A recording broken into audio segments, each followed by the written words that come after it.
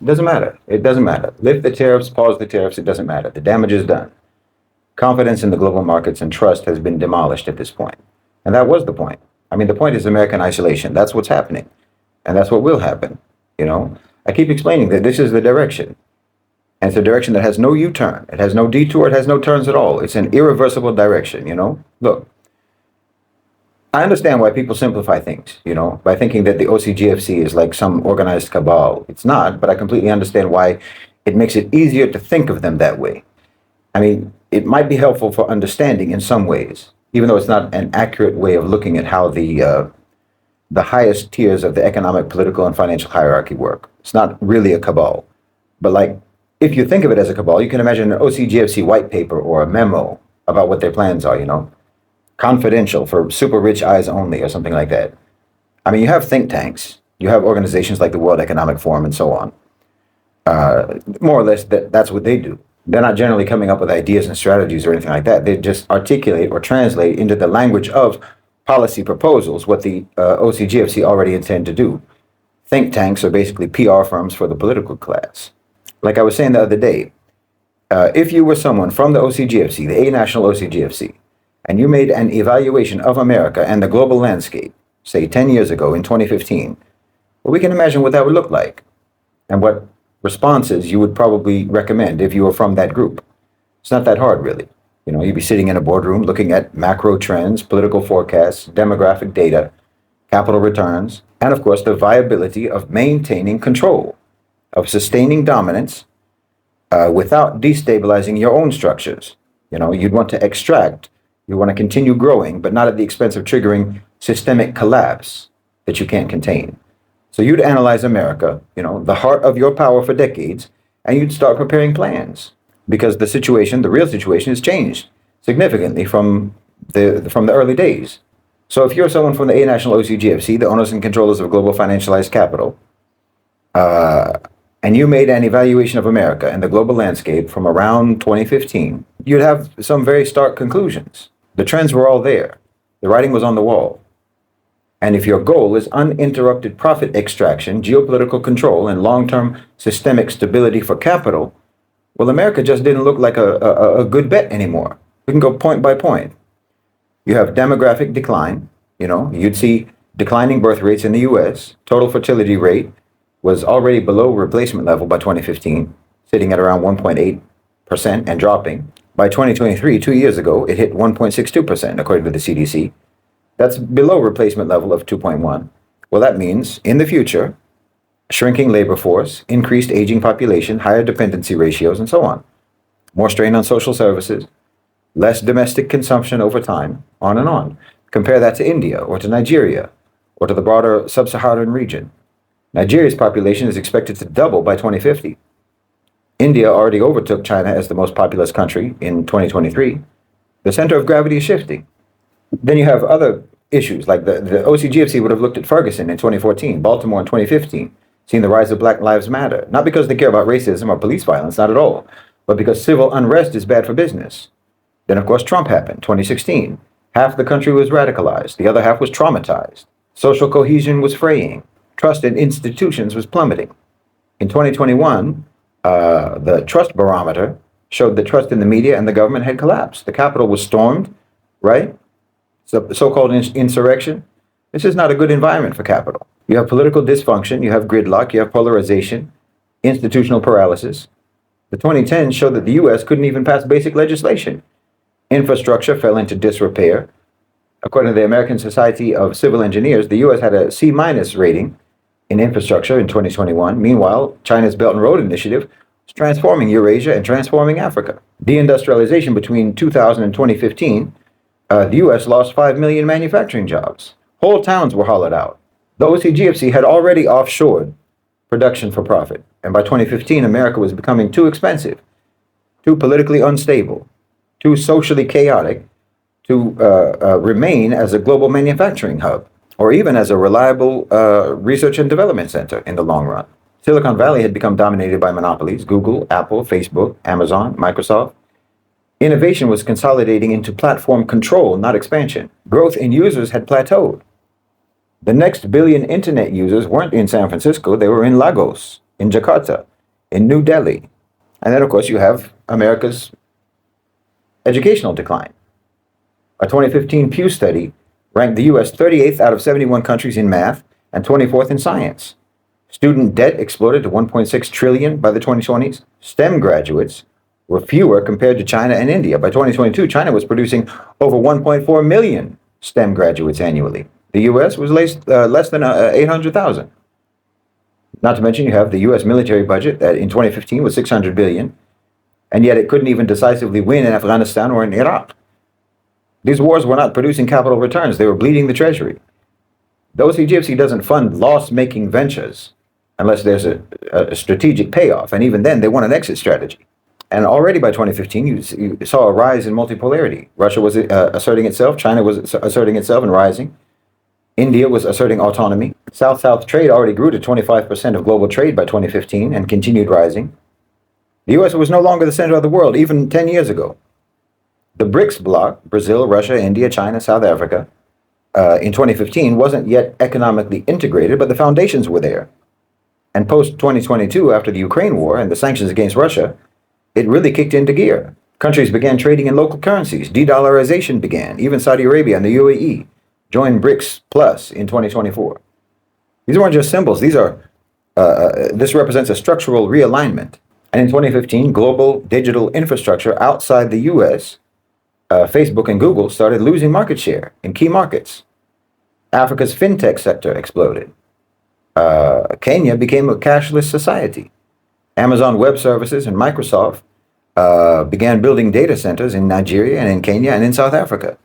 In 2023, Microsoft pledged over $1 billion to build AI infrastructure in Kenya and in East Africa. Understand, these are not experiments on their part. These are exits. So what would the OCGFC, the A-National OCGFC, conclude in 2015? America is unstable, it's old, it's expensive, it's divided, and it's in decline, while the global south is young, cheap, fast-growing, underdeveloped, and full of opportunity. So let's just start the great decoupling, and so they did. First, they inflated asset prices, stocks, crypto, real estate, causing a massive speculative boom through ultra-low interest rates, and then that money was used to invest abroad. And then when COVID-19 came, it just accelerated it. Lockdowns crushed small businesses, and Amazon, Walmart, and big tech consolidated the economy. Remote work normalized the outsourcing of white-collar labor. Venture capital flooded into India and Africa. Between 2021 and 2023, venture capital investments in India crossed $30 billion. Microsoft announced a $2.1 billion data center expansion in Japan in 2024. Google built its first cloud region in Africa in 2022. And then came Ukraine. The U.S. weaponized the dollar, froze Russian reserves, cut them from SWIFT. That told the world your money isn't safe if you defy us. And the response? Well, countries started trading in yuan, in rupees, in dirhams. BRICS formed a common payment system. By 2024, BRICS Plus included Saudi Arabia, Iran, and the UAE. Global South nations began financing their own trade. The dollar's dominance dropped from 73% of global reserves in 2001 to under 58% in 2023, and it's falling. So yeah, if you were from the OCGFC back in 2015, this is all predictable. America is being phased out, not because they hate America, but because America is obsolete. It's no longer has a utilitarian purpose. And the worst part, most Americans still think that they're the center of the world. But in the boardrooms of the real rulers, the future is being built elsewhere, and it's not red, white, and blue. Any economist or any planner would have been sitting in a strategy room with analysts, looking again at economic data, at demographic projections, and so on. You look at the United States and say, well, this platform is reaching the end of its utility. The cost of maintaining hegemony through this particular nation state are starting to outweigh the benefits. It's aging, it's divided, it's expensive to manage, it's politically becoming unstable. So if you're part of the OCGFC, what do? You don't outright destroy the U.S., but you phase it out. You extract what's left, you wind it down. That's not a conspiracy theory. That's economic logic. The U.S. had served as the central hub of capital expansion for decades, but by 2015, it had already passed its peak utility. The OCGFC began transitioning towards new centers of gravity, young populations, deregulated markets, resource-rich regions, primarily in the global south. So you gradually want to move R&D and manufacturing out of the U.S., and that's what we've seen. Not only low-skilled labor, but also high-end production, innovation hubs. Investments have been relocating. I don't know if you know, tech, R&D, pharmaceuticals, chip production, even advanced robotics, gradually shifting out to Asia, to India, to various pockets in Africa, where you can build without oversight. At the same time, you've got to keep the US population passive while you're doing this. That's where you need fragmentation, cultural division, political polarization, racial antagonism. You pump identity politics to the front of the national conversation. So people fight each other instead of paying attention to whose asset stripping the country. And then you get a gift. They got a gift, a perfect gift. Like I said, COVID-19. I'm not saying that the OCGFC created the virus. I'm saying that they did, though, instantly recognize how to use it. They weaponized the pandemic. It was never about health for them. It was about behavior. It was about the opportunity to impose sweeping restrictions on movement, restrictions on commerce, on speech, on assembly, all under the cover of public health safety. And think about what happened. You had people locked in their homes, willingly, voluntarily, basically, not under threat of terrorism, not under martial law, but under a health directive. You had curfews, mask mandates, business closures, on and on and on. You had people telling on each other, snitching on each other, attacking each other for not complying. Well, that's gold for the OCGFC. That's textbook behavioral conditioning. You had that society where every moment was being spent online, working remotely, consuming media, buying products, shopping online. You were feeding the whole system that they're transitioning into. Small businesses died, the gig economy took over, Amazon basically became a state, data collection hit unprecedented levels, actual human interaction shrank, and the dependence on your devices skyrocketed. COVID was the bridge. It was a dry run for a new governance model. Now, meanwhile, you push the financialization of everything. Housing becomes an investment vehicle, not a human right, not actually about shelter. Education is dead. Health is a subscription service. The more insecure people become, the more predictable they become. And that's what you want if you're from the OCGFC. And while all this is happening in the US, you're building your new base in the global south. You fund startups in Nairobi, data centers in Ghana, AI labs in India. You build supply chains in Vietnam, establish fintech ecosystems in Latin America and Africa, because that's where your next few decades of growth are going to come from. At the same time, you're preparing the decline of the dollar because that's inevitable. So you support digital currencies, your own private systems, You pressure governments to lay the groundwork for central bank digital currencies, CBDCs. Why? Because that gives you total visibility and total control, every transaction traceable, every participant programmable. And the US just becomes a managed decline, a controlled demolition, like I said.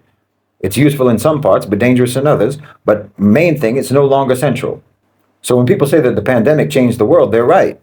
But more specifically, it changed how the world would be controlled, how it would be managed. And the thing is, the public complied. That's what made it so successful. They complied, not through fear of authority, but from a sense of moral duty. That's the brilliance of it. You don't need tanks in the streets. You just needed hashtags. You just needed social pressure.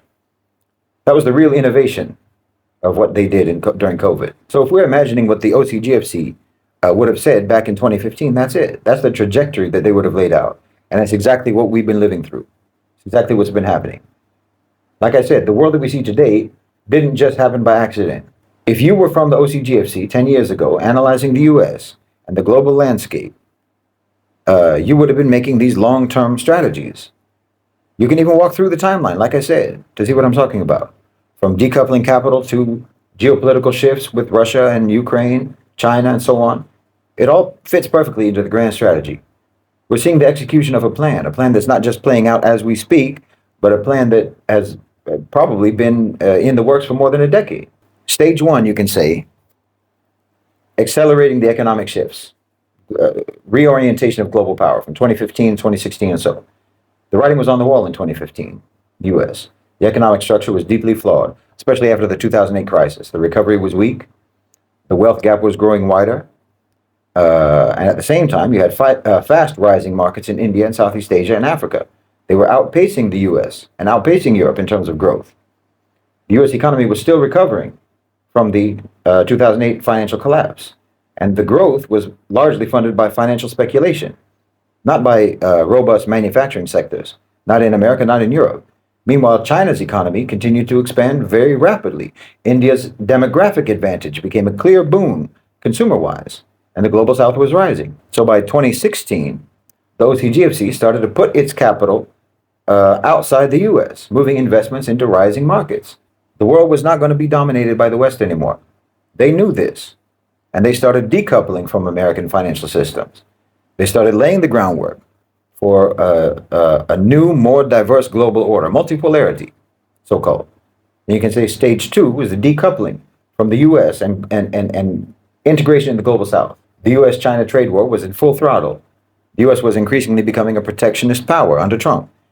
And that wasn't helping their own economy because it wasn't supposed to help their own economy. On the other hand, the global south was increasingly seeing its own potential, not just as consumers, but as producers. By this time, we see a massive increase in foreign investments into countries like Vietnam and India and Indonesia. Countries that once relied on Western trade and finance were starting to form their own alliances and their own economic systems. So the OCGFC continued its push to shift resources away from the West.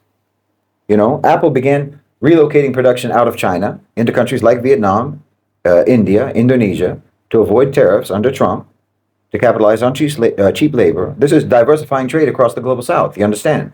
This is increasing South-South trade. The BRICS countries, India, China, Russia, South Africa, Brazil, they formed a more cohesive trade bloc. South-South trade began to flourish. The US and Europe were no longer exclusively the economic centers of gravity already. As much as the neocons tried to hold on to power, the OCGFC started pouring capital into these economies that were growing, that had larger populations, that were rapidly modernizing their infrastructures. Like I said, India, China, and in Africa. It wasn't just about trade. This was about creating new centers of power. You understand? It's moving out of the West. Then, of course, in 2022, you had the Ukraine war. And I know we're all familiar with the geopolitical chaos that situation caused, but from a long-term strategic perspective, this was an incredible opportunity for the OCGFC. The sanctions on Russia that followed the war were supposedly to crush Russia's economy and force it to comply with Western demands. Does that sound familiar? But in reality, that accelerated the shift away from Western-dominated financial systems. The West said that they wanted to isolate Russia, but the sanctions just boosted BRICS. Russia pivoted quickly to China and quickly to India. They also deepened their ties with South Africa and with Brazil, with all other key members of BRICS. They began to align more closely with the global south, pushing for a more multipolar world order. BRICS countries, especially China and Russia and India, continued to push South-South trade, bypassing Western sanctions and strengthening ties with African countries, with Latin American countries, and obviously with the Arab world, with the Gulf, with the Khalij. The sanctions on Russia led to the creation of an alternative payment system, which gradually reduced their reliance on SWIFT. So the US-dominated international payment system is being sidelined. In fact, what happened is that Europe, tied to US policies, found themselves alienated from the emerging markets like BRICS. Countries like India, South Africa, even Saudi Arabia, started to rethink their relationships with the West. They began to see Russia and China as partners in a new multipolar world, and that's how it's been working out. Again, China, India, Russia led BRICS expansion in 2023, drawing in countries like Egypt and Iran, UAE, all of whom are actively trying to divorce themselves from Western influence. So by 2023, the US had alienated Europe from their own economic national interests, pushing them away from Russia, leaving the EU vulnerable and leaving Russia looking elsewhere. So the sanctions had the opposite effect of what they said they wanted to do. It helped Russia to integrate further into the global south and to actually expand and diversify their own economy. And then 2022, 2023, de-dollarization. By 2023, 2 years ago, the BRICS countries were increasingly moving away from the US dollar in their trade agreements. They were pushing for local currency trade to bypass the dollar, to bypass the dollar's dominance. De-dollarization became a trend. No one even talked about that before. Everyone was seeking to limit their reliance on Western financial institutions and systems. By 2023, China became the largest trade partner for many countries in Africa, for many countries in Southeast Asia, and in Latin America. China continued to expand the Belt and Road Initiative, with countries like Pakistan, Egypt, Kenya, all joining in greater and greater numbers. And then you can say stage, what do we be, 4 or 5, I don't remember. it's just continuing. The process is continuing. Between 2023 and 2025, the Global South was no longer just a location for cheap labor. It had become an actual engine on its own right for economic growth. The OCGFC knew that the future was going to be led by the South, by the very markets that the U.S. had been pillaging for so long. So they've been creating a new world order without the West and without America at its center. Tech investments in India have surged. In Africa, they surged. In Southeast Asia, they surged. Cloud infrastructure, AI companies like Microsoft and Amazon and so on, investing billions and billions of dollars in cloud infrastructure in India and in Africa. The geopolitical shifts led to a rise in new tech ecosystems.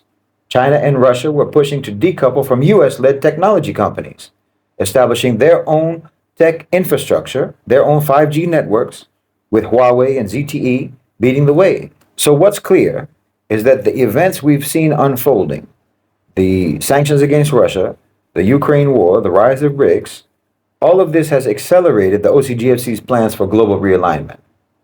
We're in a period of decoupling, not of just economies, but of political systems, and of financial infrastructure and technological ecosystems.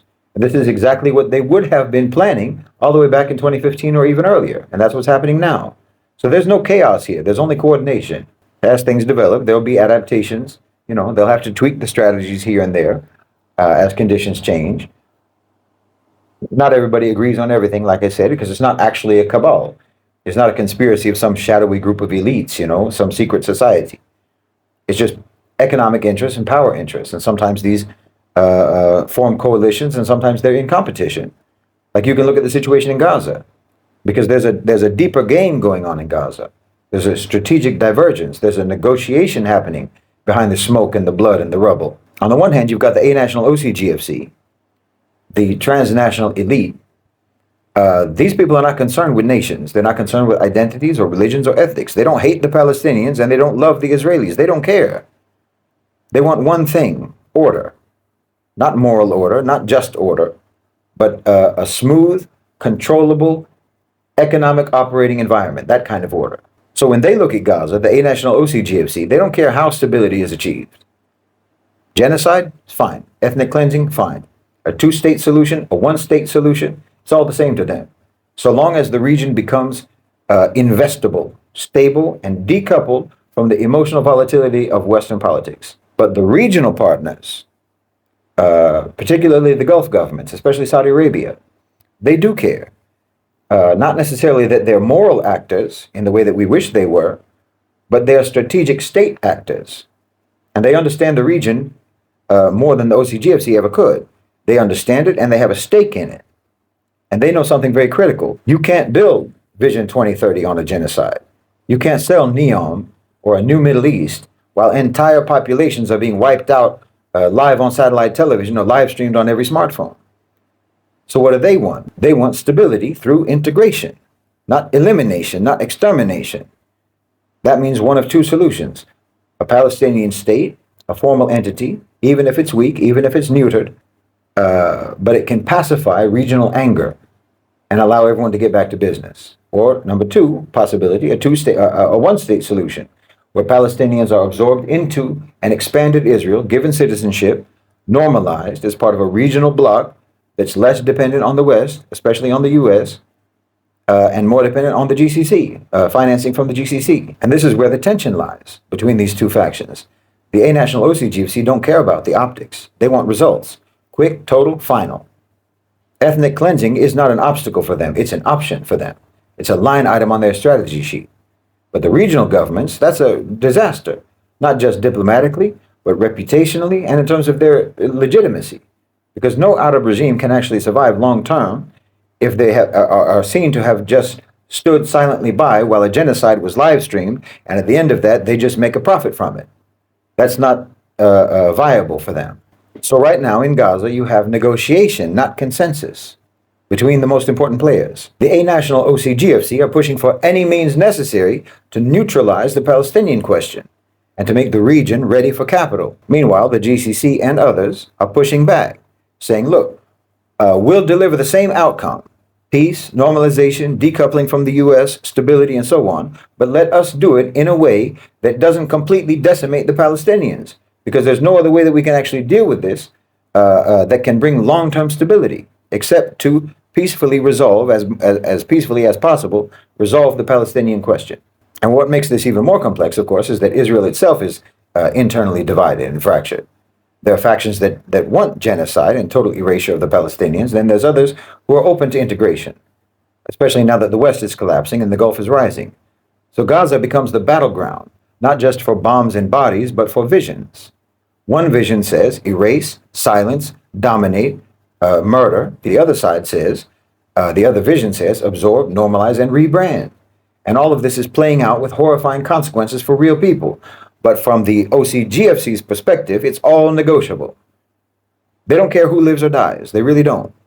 Only that in the end, the region becomes stable, a stable platform for capital, for resource extraction, and for post-Western governance in the Middle East.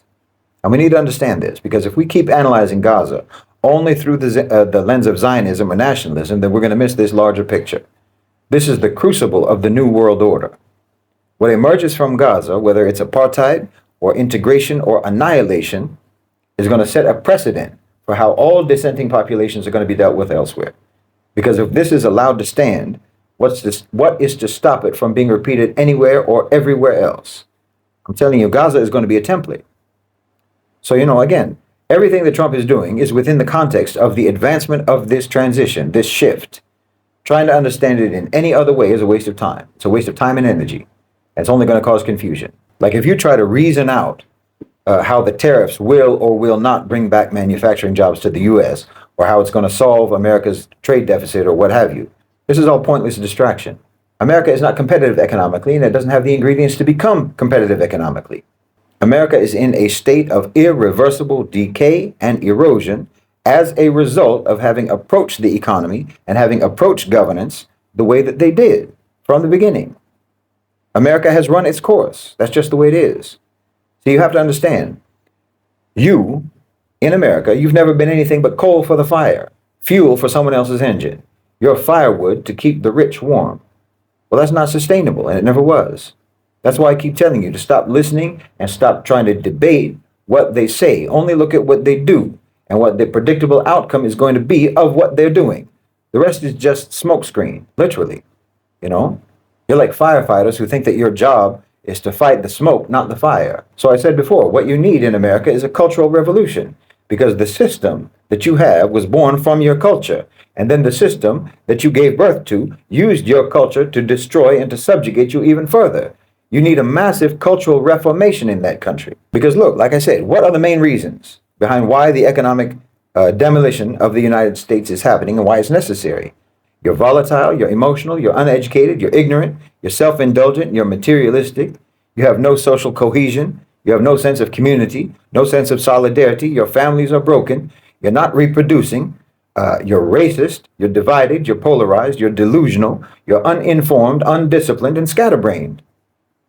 You drink, you smoke, you do drugs, you're on meds, you're atomized, you're lonely, you're aggressive, you're impatient, you're addicted to your devices, you're frivolous, childish, and foolish. Grown people doing dance trends on TikTok in their garage.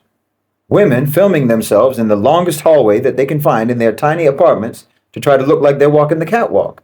It's sad. You're living on credit, which means you're living in debt. If you actually only had what you can afford to have, you'd be living in squalor. I said most of the people in this supposedly richest country on earth are actually living in third world conditions, but your diabolical credit cards let you keep up the appearance of abundance. You've got more bills piling up than you have dollars in your wallet, but you'll withdraw a wad of cash from the ATM on your Visa card just to post a picture on Instagram flashing your money. No, you need a cultural change in America. Now, you might feel insulted by everything I just said about you, but listen, the solution is implied in the problem. Because the solution is the opposite of the problem, you understand? If I say that you're down, don't get mad at me because I said that you're down. Understand that I'm telling you to get up. The solution is implied in the problem. The prescription is embedded in the diagnosis. You're uneducated? Okay, so learn, read, educate yourself. You're addicted to your device? Get off your device. Get off the internet. Stop drinking alcohol. Stop taking narcotics. Grow up. If you're frivolous and silly, well, get serious. And if you don't know how to be serious, then get around serious people and be silent. That way you'll learn. You're isolated and disconnected, well, interact, build community, mend your relationships with your family. Be patient with your spouse. Be forgiving. Be understanding. Be generous. Be mature. Hold the relationships that you have dear, not easily dismissible. The solutions are implied in the problems. You're the victims of social engineering. That's a fact. And we can actually identify all of the ways that this has been done. And you need to just start doing the opposite of what they have done to you. Basically, I'm saying that you need to civilize. And no one can do that for you. That's your job. You have to do that yourself. Stop waiting for the government or stop waiting for the authorities or the power structure to help you. They're not going to help you. So you can try to hammer this out, this cultural change, item by item, bad habit by bad habit, negative tendency by negative tendency, one by one. Or you can fast track all of that just by becoming a Muslim. Because that's really the paradigm shift that you need. Not just behaviorally, but spiritually and intellectually. Look, Muslims have survived so-called failed states. We've survived collapsed governments, invasion, occupation, colonization, and devastation, and we stayed cohesive. We have failed states, but not failed societies. You're safer in Syria today, after more than a decade of war, than you are in Miami right now. There are no people on earth who are more civilized, who are more mature, who are more resourceful, who are more sophisticated, or more spiritually powerful than the people of Gaza. Well, if a fraction of the destruction that has been inflicted in Gaza happened in the United States, well, you'd have a rampage of crime and violence between the citizens, the likes of which no one has ever seen before. People would be robbing food from babies. Aid trucks would be hijacked and ransacked. Well, you'd all turn to cannibalism and you know it. Your enemies wouldn't have to bomb you at all because you'd all be killing each other, burning and looting and pillaging. Now, you need a cultural change in America. Because this mentality is exactly how and exactly why the power structure can do to you what they do to you. Now, I'm just telling you, you can do whatever you want with what I'm saying. But you need to know that your government and your corporations and your power structure are selling you out. They've got you on a don't revive list. So you're going to have to do for yourselves. And that's not going to work the way you all are now. It's not going to work on an individual basis. You absolutely need families. You absolutely need community. You need spouses. You need to build parallel structures, rival structures. I'm talking about structures for procuring resources, for solving problems, for education, for policing, for healthcare. Listen, your power structure is cutting you loose. Your government is cutting you loose. So you're either going to be left with nothing or you're going to be left with whatever you build yourselves. And if you want to build something for yourselves, then you have to start first by building your own selves first. Because your culture has been doing nothing all this time but tear you down your whole life.